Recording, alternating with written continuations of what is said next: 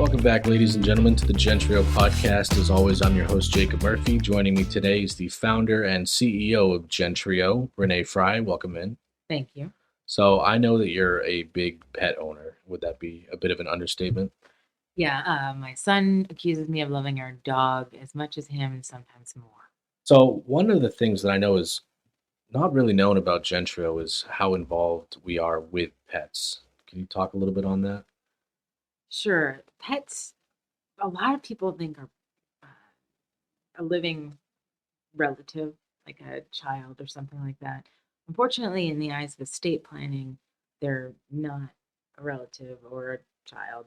They have to be treated like a thing. So, meaning they need to be named in your will who's going to take care of your pet, or in certain circumstances, sometimes it makes sense to set up funding for your pet through like a pet trust.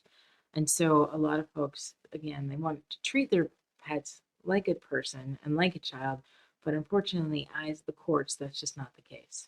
So I think with pets, the one thing that we try to get people to do is understand that you really do have to name who you want to care for your pet. And some of the documents that we've put together for Gentrio are some things like the pet trust. And so a pet trust is how you can fund making sure that your pet gets the money and who's going to get money to take care of that pet. And then also one of the other documents that we have is something called a pet power of attorney. A pet power of attorney is something that, for instance, we went on vacation a couple weeks ago, and Butter, who's 14 and a half now and has some health issues, she had a babysitter and someone who stayed with her for the week. But if something had happened to Butter, we wanted to make sure that she was taken care of and that the person taking care of her had the opportunity to be able to make decisions on her behalf. And whether it was, for instance, making sure that she could get surgery if needed and up to a certain amount, or if something really happened and she had to be put down, that he could make the humane decision to do that as well. And those decisions are something that if you don't have documents in place, they can't be made. Because if the person is not the pet owner, a lot of veterinarians and care facilities will not make a decision for a person who's not the owner because they don't want to be held liable. So just breaking down that document, because that is a lot of information. The pet is not considered to be something that can have its own document for it, correct? It's considered property. Yep, it's property. So this document not only allows you to allocate assets towards your pet specifically, but also establish that trust that a doctor or a veterinarian can rely on and be confident in Yeah, making a yeah, medical decision that they're yeah. gonna get paid. That's the pet power of attorney, and the pet power of attorney gives someone the right to be able to make decisions. And you're right that a lot of times the veterinarian wants to make sure that if they're making medical things happen, that they're going to get paid. And so this document is something that you can share with the veterinarian or the care facility and say, this has been approved by the owner and they are willing to be held legally responsible to pay the fees to help save their pet. So this is a relatively new document in the estate planning industry. Why do you think that people would care about having a document like this as a part of their estate planning? We get the saddest stories. So one of my friends, he was caring for someone's pet, and the pet was older, and the pet had, I think, probably what was a heart attack. It was just a very sad story. But the vet would not put the pet down because he wasn't the owner. He was just the pet babysitter. And so the person he was caring for the pet for, she was traveling throughout Europe and couldn't be reached. And so the poor pet suffered for probably about 3 or 4 days where really didn't need to, but the vet didn't want to be held liable for putting someone's pet down that he didn't know if that was what she wanted or not, or if the person that he was who brought the pet in was allowed to make those decisions. So it really is something that people are dealing with every day. It's just not something that we think about because we just assume everything will be okay. But in the world we live in, people want to make sure that one, they're going to get paid, and two, that people making decisions have permission to make those decisions. I feel like today, in today's world, pets are considered to be more a part of the family than they were before. Do you think that that's why you've seen such an increase in people actually caring about these kind of documents? I think so. I can remember when we were children growing up, and this is where if I told my dad that my pet was part of the family or something like that, he'd say yeah, yeah, yeah, but wouldn't have necessarily the emotions that we express now toward making sure that our dog has a babysitter, making sure that our dog gets to go on vacation with us when possible. And just thinking back, comparing those times from a personal perspective, I can tell you that it's a different world. We treated our pets obviously like family and stuff growing up, but I think if we'd ever told our father legally that our dog needed to be made sure they're going to be taken care of or something, he would have been quite skeptical. But in the world we live in today, we want to make sure that really I's are dotted and T's are crossed, because when there's money involved, there's decisions involved, you really need to make sure those are documented and there's a history of decisions, because people, we all have a lot of us have blended families now, relationships change, we moved to multiple states, and so, since pets are part of the family, you want to make sure that you're taking all the steps necessary to protect them like you would other parts of your other family members. Yeah, I know certainly for people my age, people in their young adults in their 20s are sometimes even choosing just to have a pet instead of having children. So these documents, I'm sure, would resonate with that age group in particular. I know we've been talking about these documents in the context of taking a pet on vacation, or leaving a pet behind on vacation, making sure they're cared for. But what about the more extremes? What about if I have an animal and I was to pass away unexpectedly? Would these documents be able to cover that more extreme case as well? Yeah, so definitely putting your pet in your will, because your pet, in the eyes of the courts, is a thing. And so you need to say who is going to get your pet. And there are lots of stories that abound of people who are suing each other for pets, or they thought they should get the pet. And so it is something that you really want to make sure that you choose the caregiver. And too many stories are out there about where they can't find a caregiver and pets go to shelters and can be put down if they can't find someone to take care of them. So it's not just about naming a person, but also going through the process of finding out who is going to care for your pet and take care of your pet if they outlive you. I know when we think about pets as a concept, most people's mind will go to cats and dogs and maybe a rabbit or a bird. But for the more expensive and I would say complicated, intricate pets like say horses, or even I don't want to call them livestock, but say you have cows on your property, would this be able to apply even to them? Yeah, they're assets. Yeah. And so this is something that horses, especially, like there's a lot of estate planning that goes into things around horses and making sure that the horses, you know, who the owner is and how those horses are going to be cared for. That was probably one of the first places that actually saw some of the estate planning take place, is in for horses. And then livestock and other things, those are often treated as assets, Hmm. and so more commonly put into asset in documents and things around that, begin an asset class, or more specifically like from farmers and standpoints like that, they're arranged for how they want to be cared for. I suppose that would make sense considering that's where this really started, since horses and livestock are where they're actually money making animals, and now it's good to see that it's extended to just the everyday home animal. Yeah, yeah. Although none of us, I don't know too many people like our dog Butter. Butter's part of the family. And so we really want to make sure that she's always taken care of. And especially since we had Butter before we had our son. And so she was the first child. My mom won't appreciate me telling this story, but I remember always poking jokes at her when my little brother got a rabbit, and we used to have this little gaming room downstairs where me and my two brothers would play video games on Saturday mornings, and it ended up turning into the bunny's room. And I would poke fun that my mom liked the bunny more than me because she would go down every day and give the rabbit fresh lettuce and turn on the news for it. Meanwhile, I would get a knock on the door, get up out of bed, get your chores done.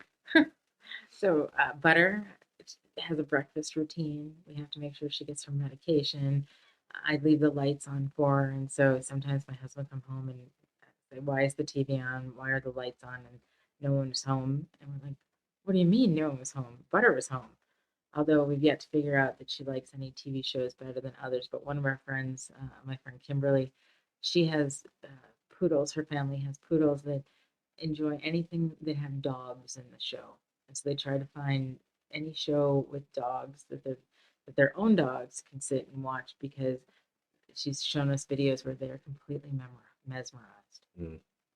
It's good that I think at least it's good that people are getting more accepting over the concept that pets are just a part of the family, even though we call them, our pets and we own them. But I do think that there's nothing but positives of people being more accepting of that way of thinking and making sure that these animals can be protected in the proper ways should, the worst happen. Yeah, no, and it's being proactive, Yeah. right? And being The it's same way you would with a person. Why would you not do that with your pet? yeah. And so that's where we encourage people to say, you don't know when something's going to happen. So be prepared because when things are good, right, and everyone's happy and healthy, including your pet, it's a lot easier to do things than when something happens and all of a sudden there's an emergency or something not good is happening. It just makes things a lot harder to do. So whether it's your pet or or your people, right? It's your family. And so making sure that you're taking the steps to protect your family is something that we think is really important. And that's why with Gentreo, we wanted to make it sure that people get to update their documents anytime. They get to add new pets if they want to. You can add new family members, which again, I think our pets are family members.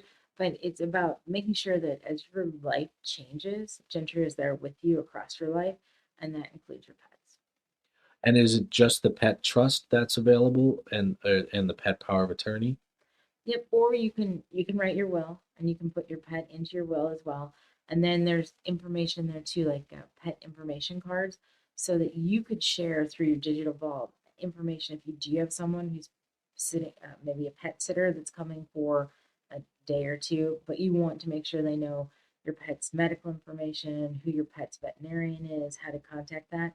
All that can be stored in your Gentro digital vault and shared with your pet sitter, and so you don't have to share your other information like your assets and things like that, but you can share information specific to your pet so that it's right there in their back pocket. They can pull out their phone, they can get to Gentrio, they can get the information that you've shared with them.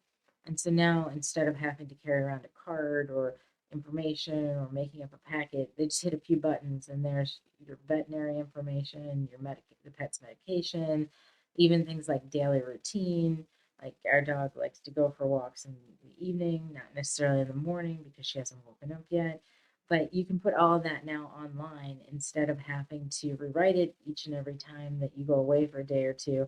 You can keep that information and share it with whomever is relevant and make sure that they have the most up to date current information.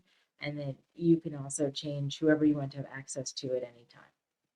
I think that's important too, because I think typically when we think about estate planning, we think about big crisis situations when you need these important documents. But, I think that's what Gentry has done really well is kind of change the way people can think about estate planning, where in this situation you have your pet, say you have a pet sitter coming over. It doesn't have to be only access this in a crisis. It can be, hey, you're coming over for the weekend. Let me just forward you along my pet's information card. It doesn't have to be a big deal, a big scare to get that kind of email.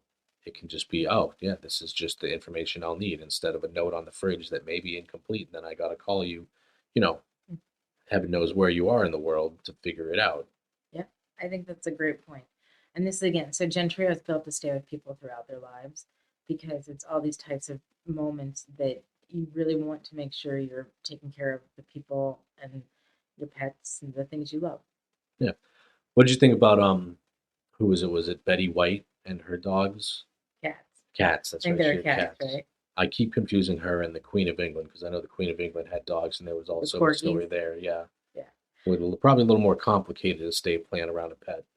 Yeah, so I don't know how much money the cats inherited, but I do know they're going to be well taken care of. Mm. But that's why you have documents like these, so that when she passed away, she knew that her pets were going to be protected, that they had people who were going to not have to worry about could they afford, cat chow, could they afford taking the cats to the vets. And that's really the idea behind why these documents have gotten so important, is that making sure that you can care for the people and the pets that you love when you can't be there for them. And that's not just when you pass away, but it's maybe you're incapacitated, maybe you're traveling. It's setting up these things so that when you're not there, people know what you want to have happen. And I think with the Betty Whites and stuff of the world, you know, their pets are probably incredibly blessed with millions of gazillions of dollars. And maybe we can't all do that, but we can let people know our intentions and give them the best chance of having those intentions be carried out. Mm. At least avoid the situations where they end up in a shelter and Yeah, no, ultimately avoid the chance of being put down, which no one wants to see. yeah, but or and just even picking who they want to go to. So, for instance, our mom has a dog, and hopefully, our mom outlives our her dog. But at the same time, we knew that we would be the perfect people to take care of her dog, at least in our minds. And Mm. so we put that into the document, in her documents, so that when the time comes, she just doesn't have to worry. She knows that we can take care of her dog, and his name is Blue. Blue. And so Blue can take up residency in Massachusetts, even though he's in Illinois right now. But the idea being that it's all taken care of, and we don't have to worry about who's taking care of him, how he's getting taken care of, and also really just when things are happening, the worst when bad things happen, you want to make sure you're prepared and not figuring out who's helping out, who's doing what. You really want to know and check the box and just know that things are going to be taken care of. And have it done beforehand too, because I mean, we're talking about pets, but even in the other matters of estate planning, if something happens, it's not gonna be an easy road for at least the short term. So you don't want to be dealing with this kind of stuff. You want to have it figured out, and too many people, both for their pets and for their own documents, just they wait too long. So if there are pet owners listening or anyone who wants to get their own documents done, where how can they get started here? So gentreo.com, GENTREO.com. And the reason we called it Gentreo means three generations, because so many of us are caring for maybe our parents, our own families, maybe we have children that have families as well. And so it really is something that has to cross generations, and your documents have to be updated and kept in a place where you can find them, where they're a couple clicks away. And that includes everything around your pet as well, because pets are family. So gentreo.com, and we have lots and lots of articles, blogs, and videos and things on how you can take care of your pets and how estate planning relates to pets. So please visit, learn more, and no matter what, that's one thing we encourage people, is that learn, learn, learn. We love when people do, but if there's things that you want to learn or ask questions about, gentreo.com is a great place to visit. All right. Renee, thank you very much for coming on. We appreciate having you. Thanks.